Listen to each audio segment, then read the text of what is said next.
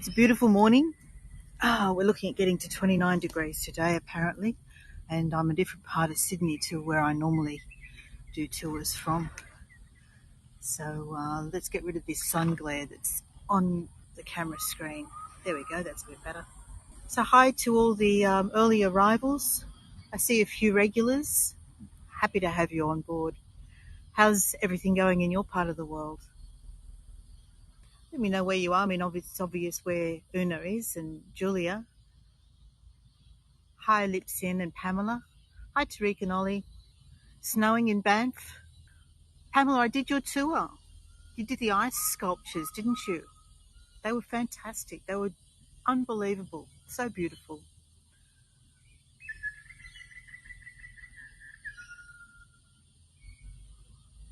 Just listening to some bird noises at the moment and cicadas.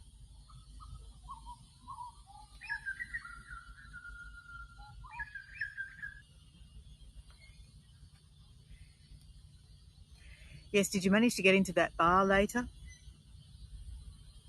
Looked like a good spot to be. How far from Lake Louise are you, Pamela? We're going to have a very small, intimate group this morning, I think. But that's okay. All the more opportunities for chatting, eh?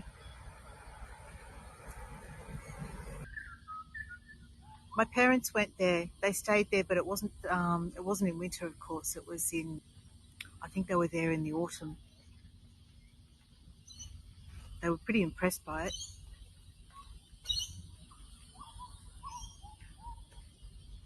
I wonder if we'll have anybody else joining us. As you all know, it's summer here in Sydney. It's Monday morning, just coming up to 9:15 on Monday morning. So it hasn't started to really heat up yet. I think it's going to be a hot one though. 29 degrees. And we may as well just have a little bit of a look around. Hi, Zillian. Is that the correct way to say your name? I'm going to show you some gum nuts. We're sitting under a gum tree. So here we've got some gum nuts. And you can see the beautiful blue sky through the gum nuts. We've got lots of cicadas around here.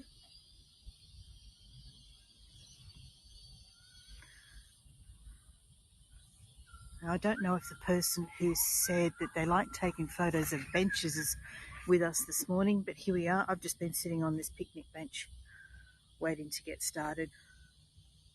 Hi, Andre. So we're standing in the suburb of Waverton. Just peeking through the trees there is the city itself. You can see Centrepoint Tower over there.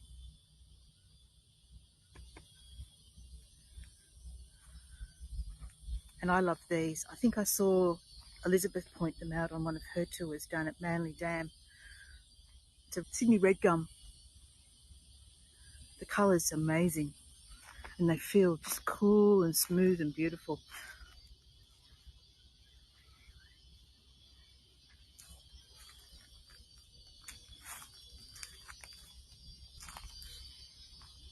There's a few native plants here. All the sorts of things that Matt and Elizabeth might have taken you through on one of their tours. Sadly, no longer guiding with Hago, both of them. Although Elizabeth, I don't think, has totally said that she's not doing any more. She's just paused for the moment while she settles in North Queensland. Hi, Nancy. Alrighty, so look at this magnificent tree here. It looks like a tortured soul, doesn't it?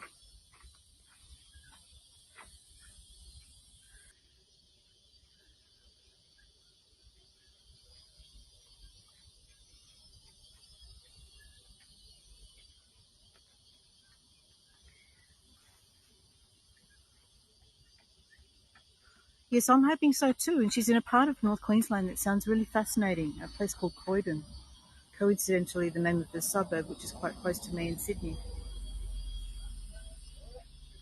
It sounds like it's going to be really interesting where she lives or where she's moved to. I mean, she's doing tourism tours, I understand, for the local council, so, or working in the tourist office there. We slowly make our way down towards our starting point.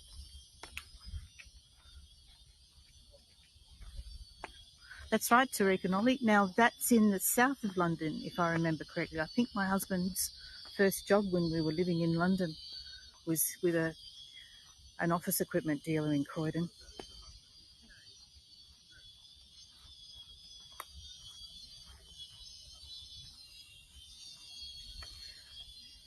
And I worked for a bar near the city centre, near the Tower Bridge.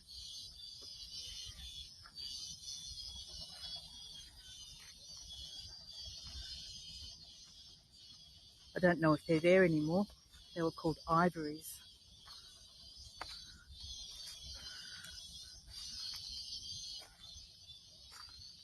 That road there goes down to the naval base, and we'll actually get a glimpse of the naval base when we get round to the other side of the coal loader site. I must have been working quite close to where you live then, Tariq and Ollie. Hi, Connie. So this is, as I said, this is an area called Waverton on the north side of the harbour, quite close to North Sydney. And there's lots of just natural bushland around this area. We're on a point or a headland, and there's lots of reserve. There's more of those Sydney red gums over there. Hi, Torsten, Connie, and Norma, is it? And please forgive my mispronunciations of anyone's names. Alrighty, we might start. We're just about coming up to 9:15 to the start time. And the first point of interest that we come across here is a bush foods garden. So it's been planted out with lots of native food, native plants that would have been used for bush foods. Except, of course, for that toxic-looking mushroom down there. Wouldn't try and eat that. We have grasses that seeds would have been used for making a type of bread. There's various fruiting plants here. I wouldn't know what to do with any of them, to be honest. I'd have to have someone teach me. But here's some information on some of them. So you can see that there's quite a lot of foods. The other interesting thing here is these lacy leaves. Look what the insects have done to these leaves here. Not sure what plant that is, but they seem to have really taken a liking to it. So as we approach the coal loader, we're going to pass by an Aboriginal rock carving. It's quite faded, but we're going to do our best to try and make out the outline of it. Just before we do, this is Australian native spinach. It's called Warrigal greens or New Zealand spinach. And this one here is not unique to Australia. Pig face. It's a succulent. Very salty. And this one here with the blue flowers is called scurvy weed. Apparently, Cook's men used that to fend off scurvy.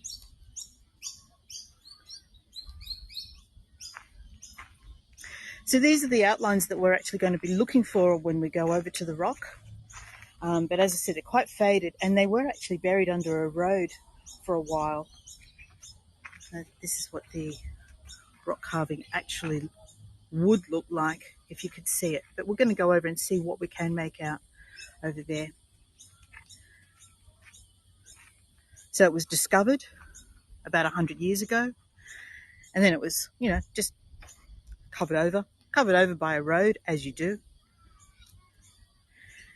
Okay, so let me see if I can point out aspects of it. So just here is the tail. What we're looking at is a whale or a shark. So that end there is the tail. And then we have a fin over here. And there's another thin just there. Can you make it out? And then I'm not sure what this is meant to be in the middle. I don't know if the shark has eaten a man and then leading towards the head, which I can't make out, but it's over there somewhere. And of course, you're not allowed to walk on this. You have to respect the carving. Now, this could be upwards of 10,000 years old. It was a sacred site to the Aboriginal people, who I haven't paid my respects to this morning, and that's quite negligent of me. I feel a bit awkward now diving into that, but we should acknowledge that we are meeting today on the lands of the Camaragal people of the Eora Nation and pay our respects to their elders, past, present and emerging. Did you get a good look at that rock carving? It's very difficult to photograph, but I can go back if anyone wants me to and just take another look at it. We're all good? Okay, let's move on then. So this building over here to our right was a power station.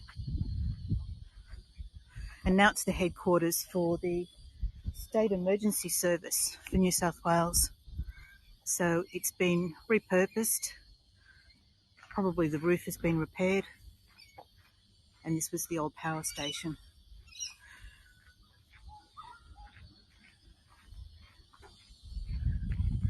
The coal loader itself was part of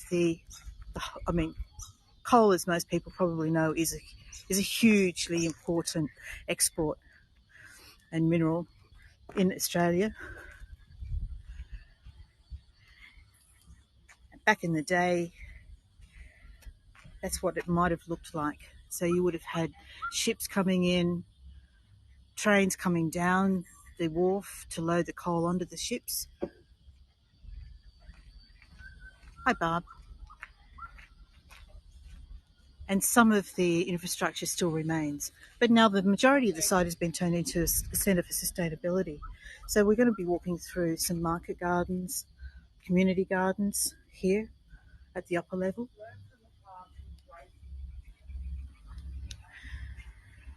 And there's lots of practices implemented, like reuse of rainwater, for instance, and vertical gardening. They have chooks here, which we'll go and see. They use solar panels to produce electricity. I got you, Barb. Thanks for joining. I think this one here is a curry leaf plant.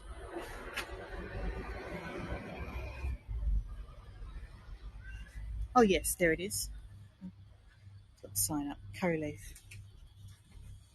If we just go inside the office briefly, I'd like to show you.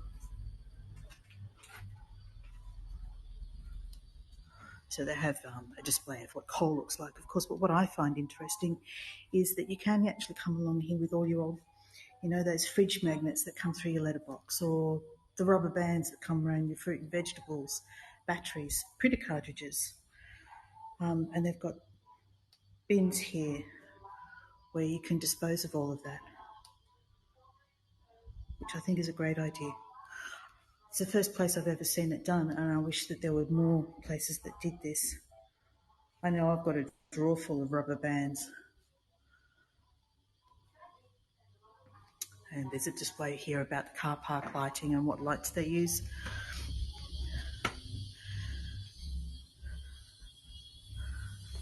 Okay, I'll just give you an overview of the whole site first of all before we start to move around it. The main coal loader site is over here to our left. There's an elevator here that can take us right down to waterside level. And we'll take that in a moment. And then over here on our right, we have native gardens, wetlands areas, lots of additional use of the space that we may not get to see all of today. But that's all down below us on the right. So there's lots of levels, lots of platforms, and we'll come back and talk about these tunnels a little later as well. But first of all, let's go over to the actual coal loader. Past the tomato plants,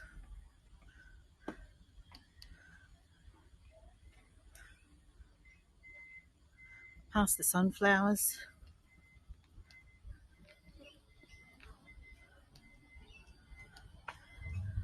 Let's have another look over here.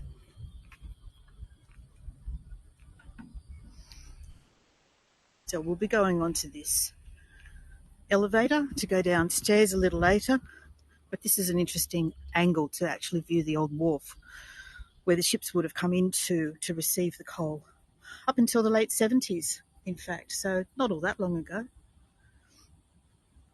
And here we are on Sydney Harbour. There's an island over there. I think that's Goat Island, which is not, as far as I know, accessible by public transport ferries, but you can get to it by private boat. And here's the coal loader site itself. So the trains would have come in behind where the coal loader sign is there. And all those sort of squares, we'll walk past those. They were chutes for dumping the coal down into these tunnels. And that's where the little shuttle things were used. Things, that's a good word, to move the coal onto the wharf and onto the boats. Okay, if that makes sense. Hi, Camillo. Hi, Katie. Hi, Will. Hi, Tina. So again, we're going to go down here in a little while and explore some of these tunnels.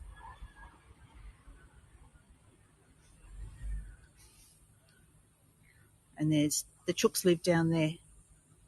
We'll go see them as well.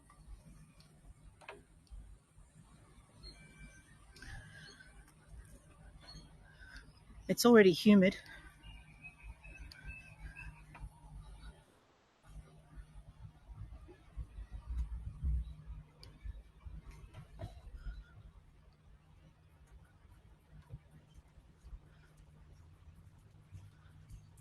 So over here on the left, on this part of the site, you can see that there's a whole lot of community gardens all the way along.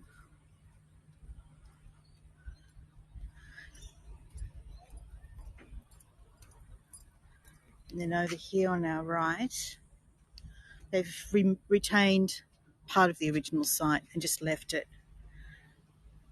unimproved so that you can get some sort of sense of what it might have looked like. Chooks, spelt with a double O, and it's Australian vernacular for hens, poultry. They have some unusual breeds of them over there. We're going to go and have a look at them. I think that's echinacea, coneflower. People are growing beans and tomatoes, and then we have a water station here which is using the recycled water from the site.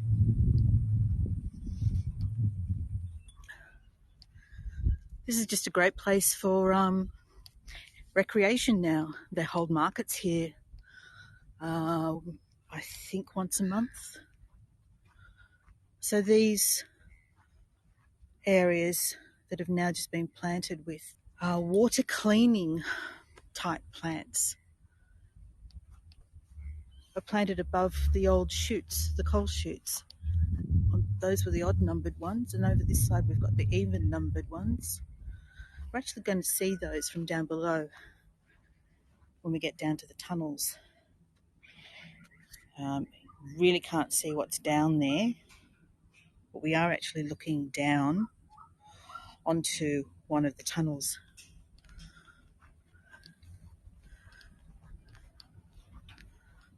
So they've repurposed the actual chutes that went from this level down to the tunnels and covered them, but not hidden them. These ones have been repurposed into lavender gardens.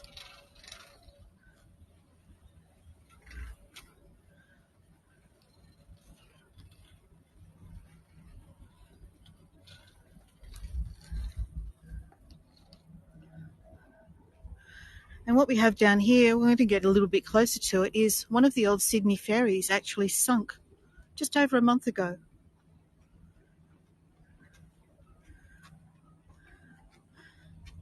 So 1st of January, New Year's Day, this ferry sank. It had been sitting here for almost 20 years and they've been trying to restore it. I don't know. Yes, I think so, Tina. I think that was for the rainwater collection and then repurposed and recycled. So I don't think they've gotten to the bottom of why this ferry sank. It was the MV Barragoola, almost 100 years old. And there were 2 people on board at the time. There's apparently nothing suspicious about that. And it just 10:30 at night, it up and sank. It's not going to be possible to salvage it.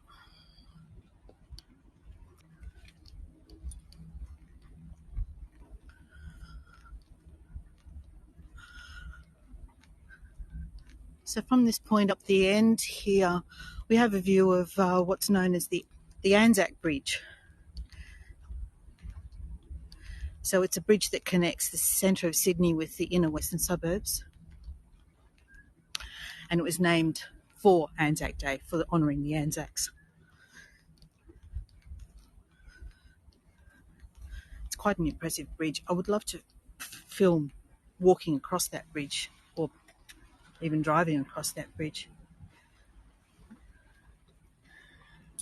So they put boom lines around the wreck. It's collecting all the debris from the wreck. It's quite sad, really. And I'm going to walk down these very steep stairs to the lower level. So if you'll forgive me, I'm just going to probably be a little quiet while I concentrate on getting myself down these stairs. Have a look at the scenery while I get myself down the stairs.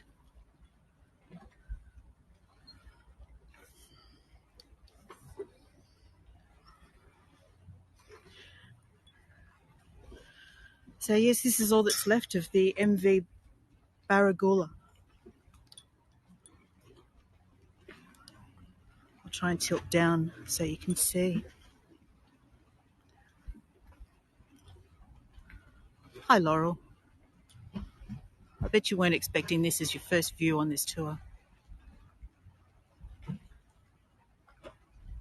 Hi, Judy. So the Barragoola operated for about 80 years. I think they'll salvage what they can, but they certainly won't be able to salvage it as a workable vessel anymore. And obviously they would want to clean up the harbour as well.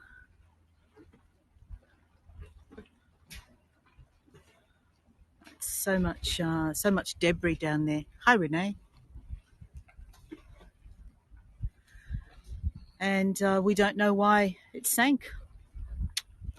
It went down on the 1st of January, so just on a month ago. It's really odd seeing just like a really bright green mop in amongst the debris. Oh no, there was no loss of life.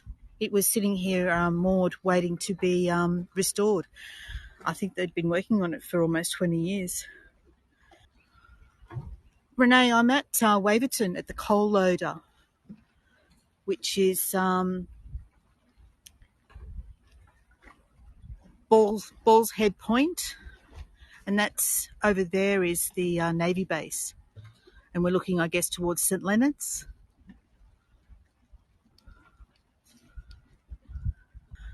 North Sydney, yes. Thanks, Tina. There's some YouTube video. Someone was actually standing behind where I am now and managed to get some video of it going down. So I'm hanging on tight to my gimbal and trying to get you some over-the-water type shots. So, yeah, that's a little bit sad. And sitting alongside it is another vessel that's being restored called the Cape Don. As you can see on the stern, it says it was registered in Fremantle.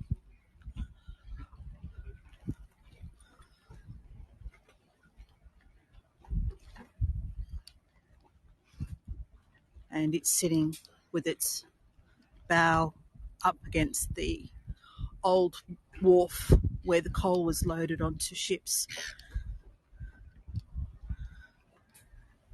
So for a city that is really proud of its waterfront, beautiful waterfront, there's actually quite a lot of industry still. That's an old oil and gas facility over in the background there. And as I mentioned, this is the Navy base. HMAS Waterhen, I believe is the name of this Navy base.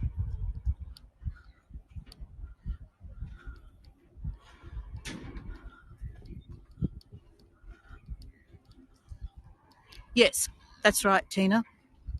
So up above me would have been where the trains would come in, bringing the cars of coal, and then they tip them down chutes onto loading trains that brought them out onto the wharf here.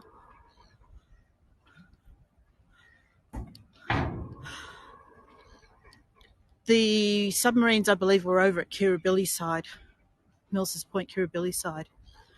So kind of around from here under the harbour bridge, around towards Neutral Bay.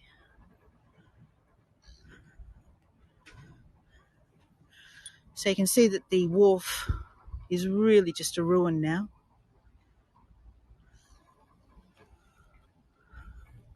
Just going to get the bow of this ship out of shot because I think it was in the way.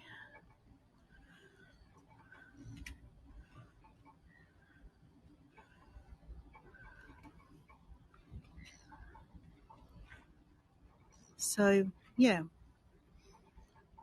old industrial Sydney with some of the most expensive real estate that you can probably imagine.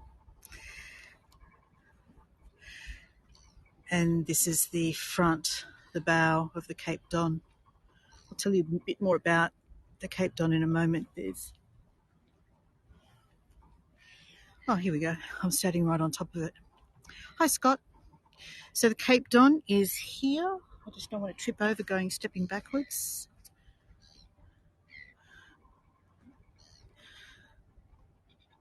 Built in Newcastle in 1962, it maintained lighthouses around the Australian coast.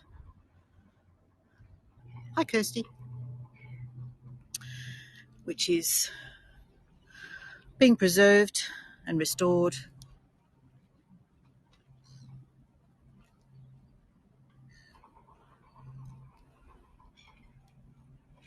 And I can probably get a more complete image of this vessel when I get back upstairs.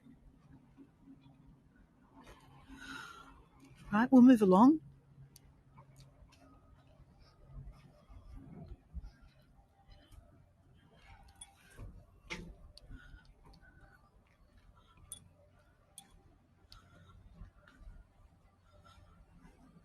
Let's actually look back at the MV Don and see if you get a good image of her from this angle. There we go. Just want to tilt down a little bit.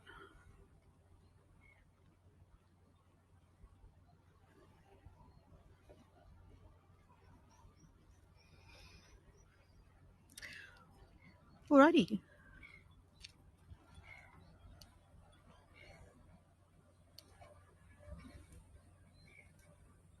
And that's the naval base. So I'm going to,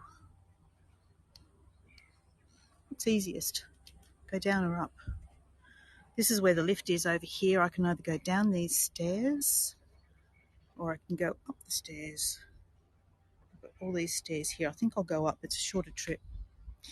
And then we'll go down the lift.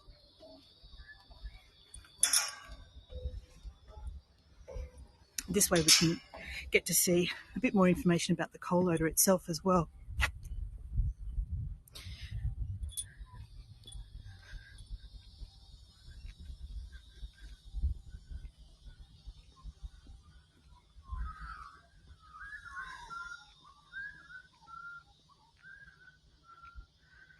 All right, so I don't know how clear this is going to be, but you can take a photo of it if you like, for anyone who's interested in finding out more information about the coal loader.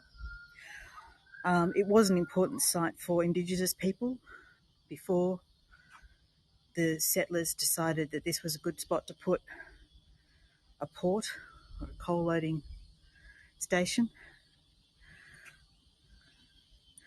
Sorry, my screen just went a little dark, and I think I might need to plug in my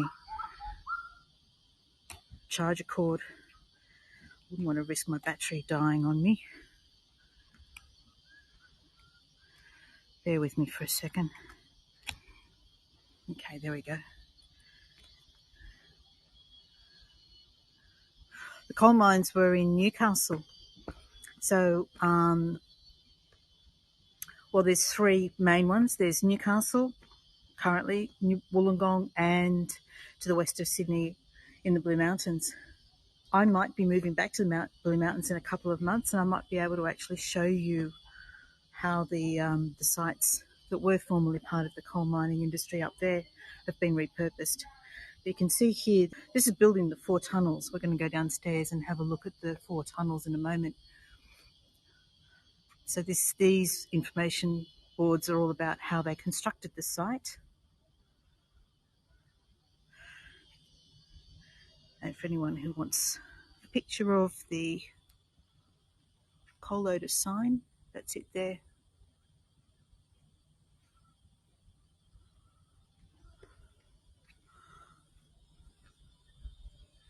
So this site was considered quite innovative at the time in terms of productivity. So one of the stats that I can show you is, without getting laboured down in too much detail, it was the handling capacity. So what they say here is that the volume of coal delivered by 5 teams of men working as coal lumpers was 100 tonnes per hour.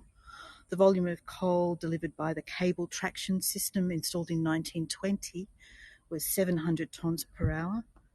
And then the volume of coal exported following installation of the conveyor system in 1976, 2,000 tonnes per hour.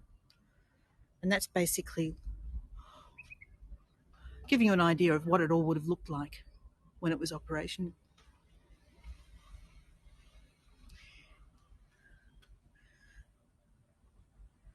And as I said, coal is very important, or was, to Australia's economy. It still is. As contentious as it is, this sort of gives you a timeline. And some of the shipping movements globally to the rest of the world.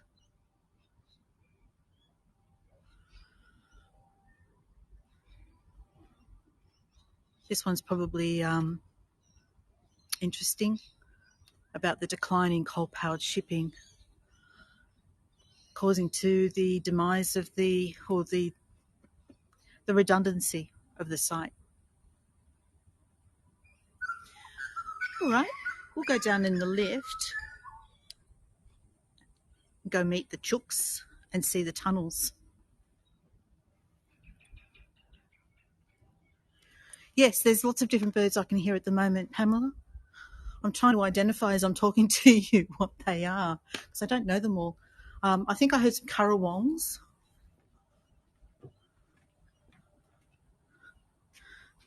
There's the chooks down there.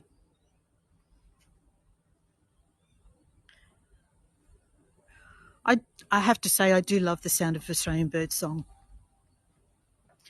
Okay, I also confess that I haven't tested the signal in the lift, so fingers crossed, everybody. I can see that we're on 3 or 4 at the moment. Let's hope it holds.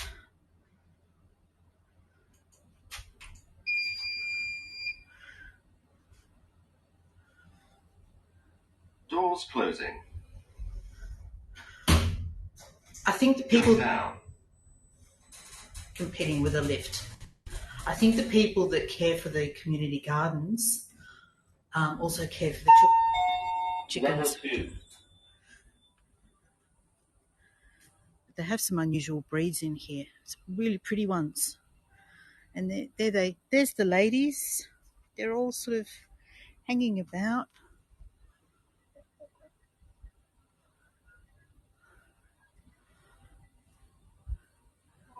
Anoma, I believe it was in the late 90s that they started to convert the site.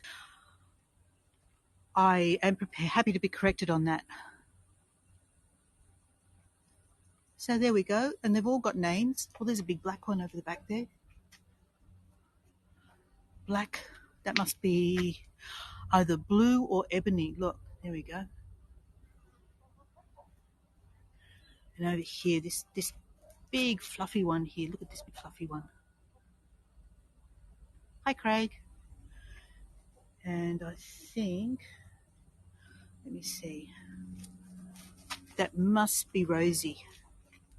What do you think? I think that's Rosie. There's a pretty one that just came through the door. This one's having an old dust bath down here. See, it's really just part of the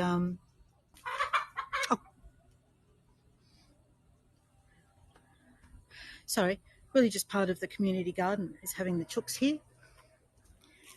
And they say the chickens are maintained by dedicated volunteers and North Sydney Council, and tells you how you can get involved if you'd like to. So there you go. They've got some lovely flowers keeping them company. This one looks like she wants to chat.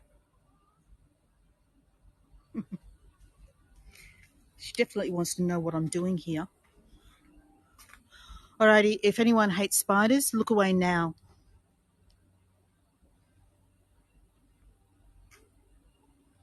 Can you see it? Sorry, Tina. Did you want postcards of the chooks? I didn't think you did because they're through a gate. I can go back and show you if you like. Oh, the flowers? Yep. 1 second. The sun's shining at a bit of a funny angle. There might be some glare.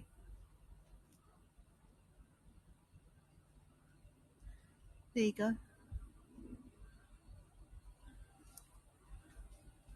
All right, we're going to say bye to the chooks.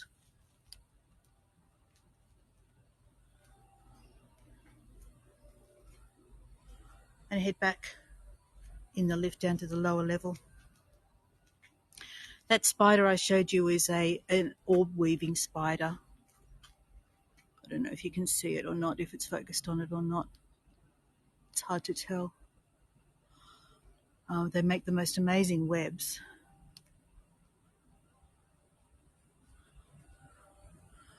And we're going to go down and have a look at the 4 tunnels. Back in the lift.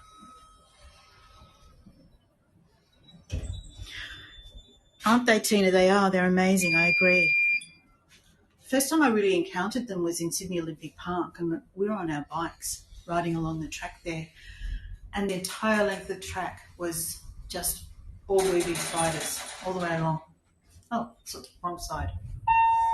Sorry, I'll just turn around, go out the door. Right, there's quite an interesting sculpture here before we get to the tunnels. It's repurposing old street signs. So we're going to follow the path of the street signs. I'll go slow and give you a chance to take postcards if you'd like to.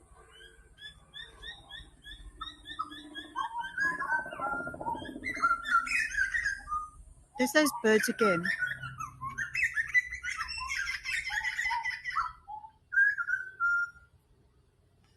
I don't know what they are. I'm guessing currawongs, but somehow I don't think that's right.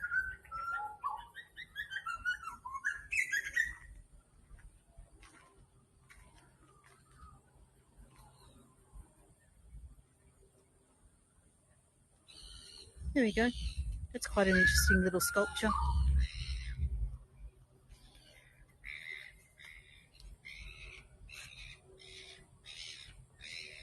The orb weavers, I don't know. Not to my knowledge. The ones I've seen appear to be just more like a tent, a canopy.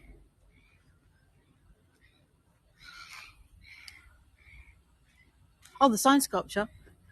That's a good question, but I don't think there are really any animals that would be ground dwelling around here. I guess they could. Lizards, maybe. All right, so the first tunnel here is locked off, but it's being used by a colony of microbats, which I think is quite amazing. So they obviously sleep here during the day. Now I'll just show you what they look like. We'll see if we can get a good postcard of the sign, the information sign. They're teeny tiny little things. So it's the eastern bent-wing bat. It has its scientific name there as well. There's a little bit of light shining on that image, on that picture, but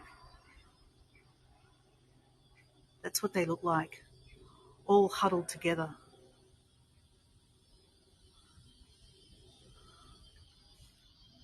And that's the information for anyone who would like to know more about microbats. I wish you could see them, but you can't. You just get teased.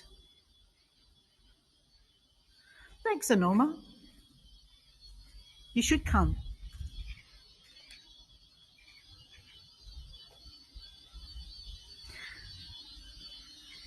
The second tunnel is used for water storage. So all those little gardens and collection points that we saw up the top, collecting water, and then they get stored in tanks down here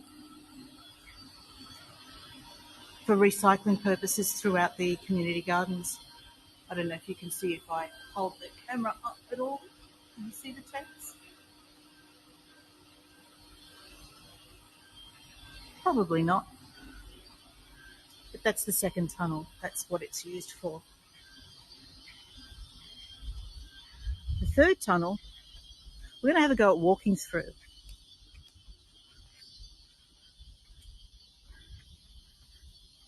So let's have a look at the fourth tunnel.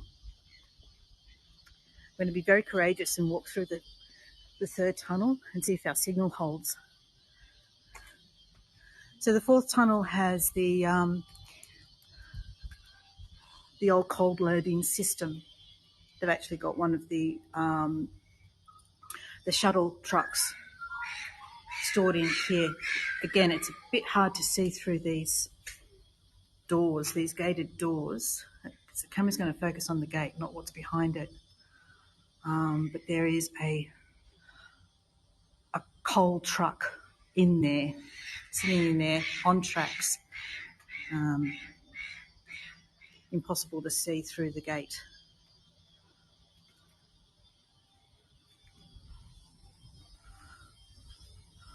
All right, so let's see how good our signal is.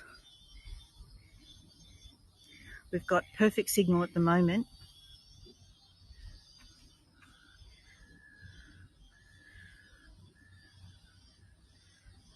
Yes, that's correct, Pamela. Yeah. So those chutes that we saw, and if we get the light right, you can see them there. These are the ones that were numbered when we were upstairs. So now this is the underside. Still got a good signal. I'll turn around if the signal drops out. We'll head out. So those are the chutes up there. So that one's number 2. They're all numbered. I think I was walking across number 14 when we were upstairs. Yep, there's number 4. I'll see if we can actually see up the chute. Is it going to be too hard for exposure? Maybe. But you can see it's open with just a grill over top of it. And it goes all the way along. When you get out the other side, there's walking tracks that take you out to the end of the headland. Yes, Tina, that's right. So when we were upstairs and we walked across those grates, this is what was underneath them. Yeah, we've dropped down to 2. So I don't know, is it still okay on your side of things? What does the picture look like? It's very uneven floor. It's wet. Back up to 3. Okay, so the signal's holding out.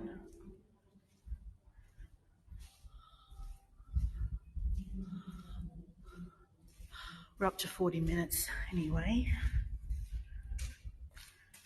I'll show you what the floor looks like, what I'm dealing with here. Yes, that's what I'm about to walk through.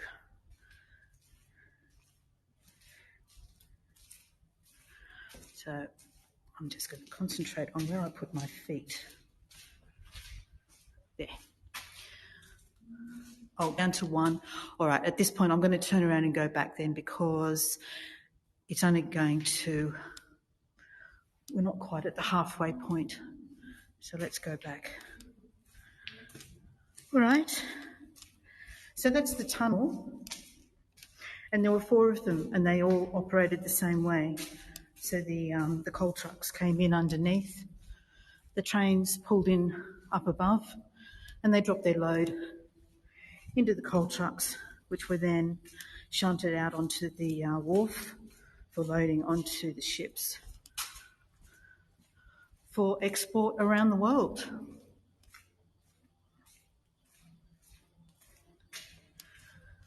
Yeah, sure thing, Tina. I'll definitely do that. Right, I'm still on a fairly low signal, so... And the lift. Yep, I can do that. Sorry about the glaring sunshine at the other end. A bit blinding, isn't it?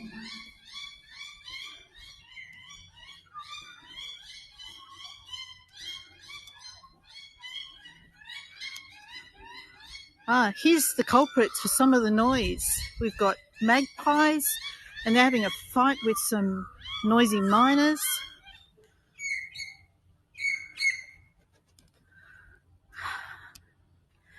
Noisy lot. All right, so the lift is here.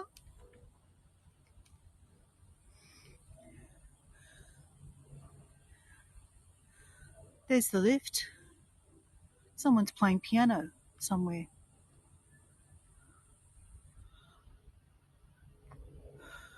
And here we have the entrances to the tunnels. If I step back slowly, I can get 3 of them in from here.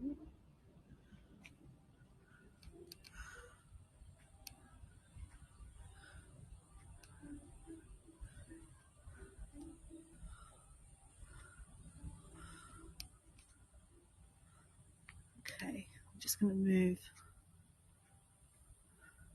Up top, Anoma, the markets were held on that nice big flat grassy expanse.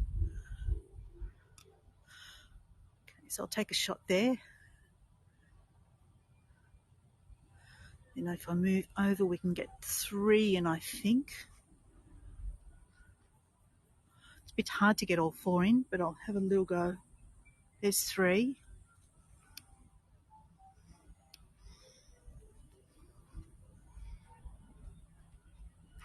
There's the 4th one over there. Can we get them all in or not? It's a bit of a stretch.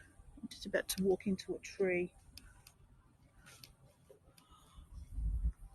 I think we've just about got 4, yeah? There we go. So that's the 4 tunnels of the coal loader. Excellent. I'm going to walk over here just a little way and you can explore with me because I confess I haven't walked along this path. There's a big anchor over here in the garden.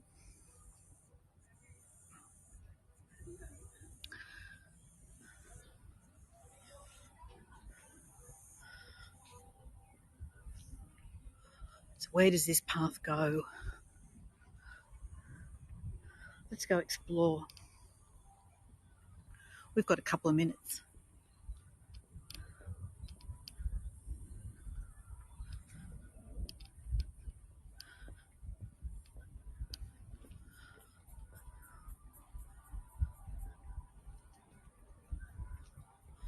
There's something up ahead.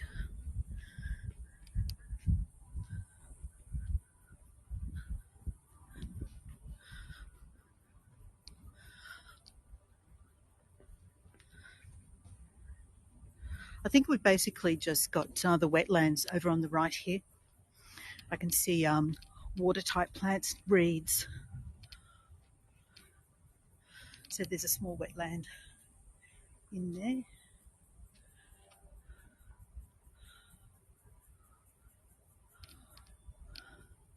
And there's a beautiful paperbark tree.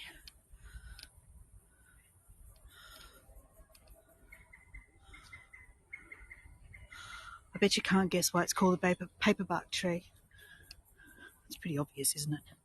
Here's some paperbark lying on the ground here. There we go, that's some paperbark. Let's put that down there.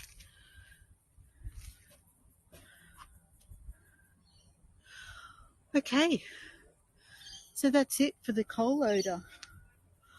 We've basically covered the site. Marcel, I'm so sorry you joined us late. I'll go back down so that you at least can see the tunnels.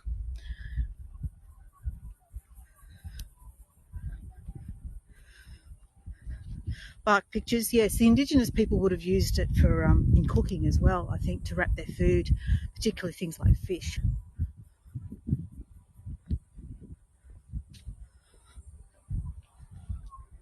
And I understand that it may have been used as an absorbent material for things like babies and even perhaps women's menstruation. That would have been really fun, Judy.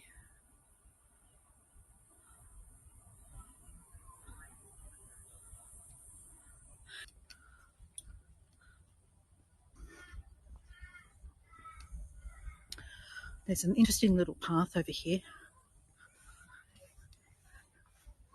I will do Eden Gardens again. I think I just need to space it out a little bit so it's not too frequent.